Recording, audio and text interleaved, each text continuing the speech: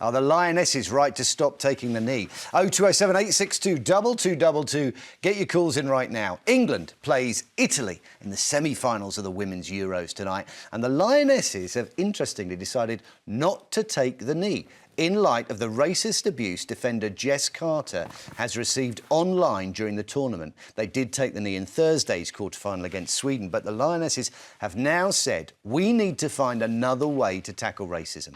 The team had been performing the anti-racism gesture ever since the murder of George Floyd in 2020, including at all 4 matches in the Euros. Joining us now is political activist Iman Ayton. Iman, it's good to see you. How are you today? Very well, thank you. How are you? I'm very well. Can I just get your reaction when you see a team taking the knee? What does it mean to you? Does it still mean the same as it did in 2020? Oh, I think Iman has frozen. We have lost Iman for the moment. Hopefully we'll be able to get her back very soon. OK, let's move on. I'm gonna come to you, Andy, first. Yeah. Do you feel like it means as much as it did in 2020? I do. The origin of it, I understand from America, was a player not wanting to stand for the anthem and for the flag. So that's where it originated. When I first saw it, I wasn't sure kind of what I was getting from it as a message, because for me, and I'm interested in history as a historical fiction author, that kneeling has always been a sign of supplication to a monarch or a conqueror. And I thought, this is a strange message I'm getting from this. Why are you kneeling? As a gay man myself, I've been taught to stand up, stand firm, keep my chin up and march, right? That's what gay people have done to stand up for ourselves. Why are people kneeling? And then I got to know it better and I got to understand the nuances of it. I think it is powerful. There is racism in football. I've looked at Jess Carter's social media this morning, and although a lot of the accounts, I do some media training, and it was obvious to me a lot of the accounts are incendiary, divisive, AI bot accounts, there's a lot of racism there in the replies. I understand why they've taken the choice not to kneel, but in a way it's a message that's sent not about themselves necessarily, but I think about future players and people coming into the game. And I think that's why people feel that they've maybe lost something here. They've lost through not kneeling. The solidarity of the kneel was something that spoke to particularly younger football fans from minority backgrounds who now feel as though, well, what are you going to do instead then? At least you were doing something. I mean, it feels like the break is as significant as when they started. The decision not to kneel, particularly as a reaction to what's happened to one of their teammates, well, we wouldn't be talking about it now if they'd continued to kneel. I think it's a load of virtue signalling nonsense, if you ask me. I mean, going down on one knee does not end racism. And actually, funnily enough, we have currently systemic racism against white people institutionally. We've got civil service fast streams that are only just for ethnic minorities and exclude white people. We've got literal legal schemes that exclude and discriminate against white people. So if we're talking about football, though, aren't we? You don't get bullied in football for being white. This is about anti-racism, right? We're talking about systemic racism. In sport. Systemic racism in general. When was the last time you saw a footballer being catcalled for being white? Systemic racism, institutional racism against black people does not exist in the UK. Systemic racism against white people does. Now, let me say specifically about sport. Reem, I've got to stop you there. Systemic racism against black people in the UK has been institutional racism. Institutional racism has been proved over and over again. And I'm going to take you back to what you said in the first instance, which is that kneeling does not end racism in sport. Is that not why they've stopped kneeling? To say, look, it hasn't worked. It hasn't protected our colleague, our teammate from racism. So we will have to do something else. We are going to move on. That's what the statement says. That's exactly what you've just said. Yeah, they've taken action to highlight the fact that it's not working. So racism exists, absolutely. I receive racism online all of the time. These horrible AI bots are everywhere. I get told to go back to Pakistan, even though I'm not from Pakistan, all of the time. Racism exists, absolutely. And I feel for these people that have experienced it. But when we're talking about institutional racism, we do not have any legal aspects that discriminate against ethnic minorities. We do, however, have legal aspects that discriminate against white people. We've had so much evidence of institutional institutional racism in this country. The Stephen Lawrence, the way that that crime was investigated demonstrated institutional racism, didn't it? Don't you think that the fact that, for example, the Pakistani rape gangs weren't investigated because they were afraid of discriminating against those people, that is an example of institutional racism against those people? Fundamentally, the reason why I bring these examples up is because there is institutional discrimination against so many different ethnic groups in the UK. We cannot sit here and say this is particular or specific to one group. And then it's for those people who are suffering that discrimination to stand up for themselves, and that's precisely what, in this particular instance, when we're talking about football, Kick It Out have done a great job, but clearly it isn't cleared up yet. But the point That's I'm why they're doing making is that taking the knee kind of. can help I'm that. sorry, Reem, it's sophistry to go into such a broad conversation about institutional racism. We're talking about football. But that's and what it they is are. A problem. I'm going to stop because I hope we've got Iman Aitan back with us now. And Iman, I hope you're with us. And I don't know how much of the conversation you've managed to hear so far. We've been talking about kneeling and not kneeling as responses to institutional racism. Was it effective? Is it still effective as a way to signal the fact that racism has not been kicked out of sport? It's always been effective since Martin Luther King did it in 1965, and black, brown, and white people all around the world have continued to do it since 1965. So I think it's safe to say it's been effective. It hasn't necessarily worked for those that don't like being told or reminded about racism, and so therefore they may have a problem with it, and therefore there is a lot of pushback in regards to taking the knee. But for black, brown, and white people over the last 45 or 50 years, we've been making it work. We continue to highlight racism. We continue to educate, and we continue to inspire those that understand what it is to have to deal with racism, and all types, including the type that you were just speaking about, which is institutionalized racism. So yes, it does work. Now, I'll just add to or in fact, I'll answer your second question.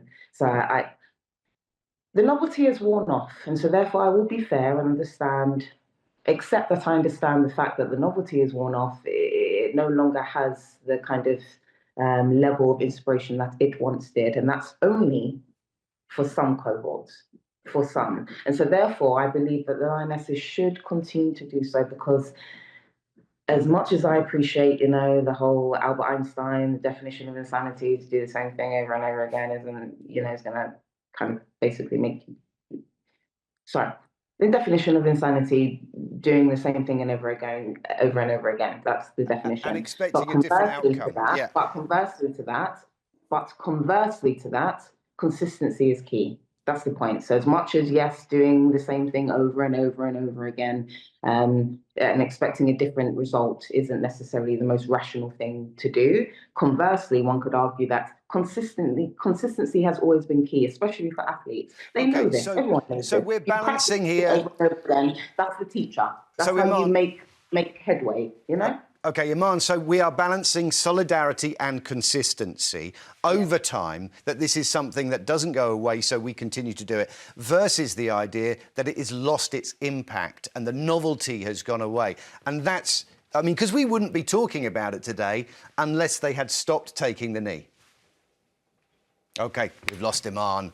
She was great while we had her. Thank you for joining us, Iman. We're going to take your calls on this after the break. Calls in on this, though.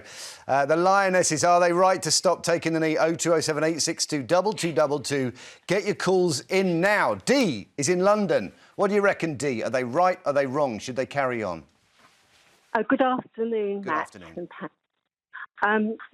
I think that not taking the knee, I think it's the wrong message. I think, like your Dan said, it's a subordinate message. They need to maybe have a banner saying about something to do with racism is accepted or something like that. But I think that... There are banners all around the stadium, Dee. I always think with the knee, what happens is the game does not start until we acknowledge that racism has not been dealt with.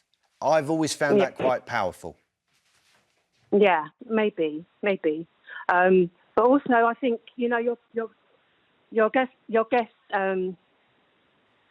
Reem, really needs to educate yourself. You really need to educate yourself.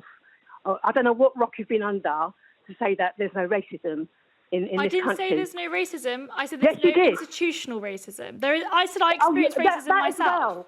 Well. It's been proved that it's racism in the police, in the NHS. Every institution has racism. Where have you been for the past 30 years? Right, well... You need to really educate yourself. OK, Or call back under that law. first of all, I find that incredibly patronising to say that I need to educate myself. Secondly, I did not say that racism doesn't exist. Racism absolutely exists. I experience it myself every day on social media. I experience it every day whenever we are, because as we know, as ethnic minorities, we experience it all the time. What I said was that we currently do not have legal racism, discrimination, institutional discrimination against ethnic minorities. We do, however, have legal discrimination against white people. No, these are not the same things, Reem, because institutional racism means that our institutions have within them biases in the way they operate towards people of colour. And we currently have that against white people. No, but it's not one or the other. You can have both, and you can have them in different degrees, and they can have different impacts depending on who they are towards. But nobody's taking the knee against discrimination against white people. People actually want discrimination against because white people have been in positions of power for years. That literally makes zero sense. Well, to bring it back How to is sport, it fair? to bring it back to sport, that's about For levelling the centuries. playing field, isn't it, for Right. people who are born I with don't privilege believe because they're that. white. I believe people should be judged based on the colour, not on the colour of their skin, football, but on dare their we character. talk about football, which is actually what this is current about. system doesn't There do is that. no two ways about it. There is racism in football. Dee, I want to come back to you. You've heard what Reem's had to say. She doesn't believe there's institutional racism in the UK. Like I said to her, she needs to go and educate herself. I don't know what rock she's been living under for the past 30 years. You've said that, Dee. Tell me, what for you... On all subjects, you speak a lot of nonsense. OK, Dee, what do you think is the key example of institutional racism, proven institutional racism in the UK? Well, like I said, we've had the Lawrence inquiry, didn't we, into the policeman. We've had so many different inquiries that have proved so many different institutions as racist. Everybody knows. OK. We've just got to accept it and work together to eradicate it. Listen, Dee, thank you for calling. I want to take it... Not in denial. OK, thanks for your call, Dee. Got to move on. Craig's in Nottinghamshire. Do you think the Lionesses were right to stop taking the knee? We're talking about it as a result. Craig, are you there? No, you're not. Peter is. He's in East Yorkshire. Peter, we're talking about this because they stopped taking the knee. Did they do the right thing? Not only, in my opinion, Matt, first and foremost, thanks for letting me on. Not only do I think they're correct, I think they need to be applauded for doing this. And as far as I'm aware, the Italian side are going to do the same thing. It's almost a demonstration in reverse. Taking the knee has become such an important symbol. It's not worth a carrot, but we have to divide between racialism in sport and social media. All this came about not through sport, not through sports bodies, not through sports whatever, but it's all on social media. So we have to have that divide. The Pandora's box of social media can either be for the good or the bad, but it's what it is. OK, Peter, But, are you saying that let's look at social media as an institution and the fact that racism of the sort that Jess Carter was the target of is tolerated on social media is an example of institutional racism? I'm not saying it's institutional racialism. What I'm saying is, I find it absolutely abhorrent how people can do this. But the thing of it is, and this is undeniable, you will get keyboard warriors who will, for whatever reason, just to hear the voice, will post up things. If England, for a figure, if England lose tonight, it could be, they're the worst team the world's ever seen. And that will be on social media. And social media, compared with institutional racialism in sport, I mean, I'm from Yorkshire. I'm a Yorkshire cricket fan. And we had our problems with that. Yep. And it was sorted out. And I appreciate that fully. And I absolutely appreciate that fully. Okay. However, institutionalised racism in sport is different to what goes on the social media. That's right. Yeah. I wonder whether the mechanism that got that looked at, Peter, you know, whether that will work in this case, whether football will look at the way people are using social media, whether the tech platforms themselves are going to sit up and look at this as a result of the Lionesses taking a kind of inverted action, isn't it? Failing to do something that they have done from the last few years. Thanks for your call, Peter. Good luck to you up there in East Yorkshire.